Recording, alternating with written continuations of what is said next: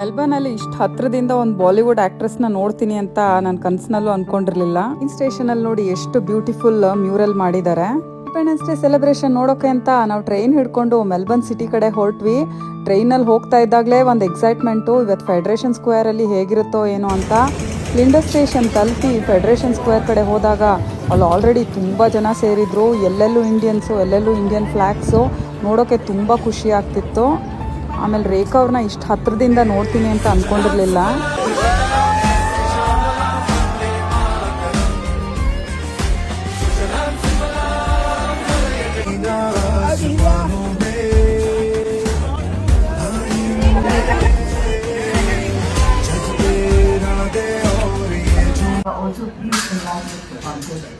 Ma'am कुछ नहीं, आप सभी को स्वतंत्रता दिवस की हार्दिक शुभकामनाएं।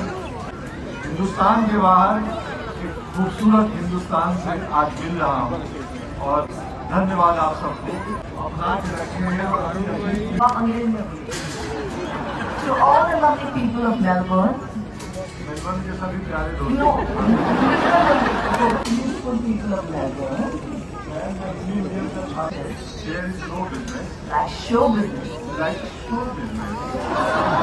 So, thank you so much for welcoming us to your home.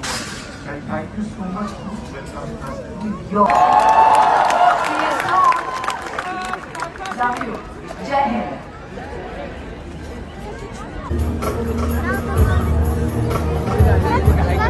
ಆಸ್ಟ್ರೇಲಿಯಾದಲ್ಲಿ ನಮ್ಮ ದೇಶದ ಇಂಡಿಪೆಂಡೆನ್ಸ್ ಡೇ ಸೆಲೆಬ್ರೇಟ್ ಮಾಡ್ತಿರೋದು ತುಂಬ ಸ್ಪೆಷಲ್ ಅನ್ನಿಸ್ತು.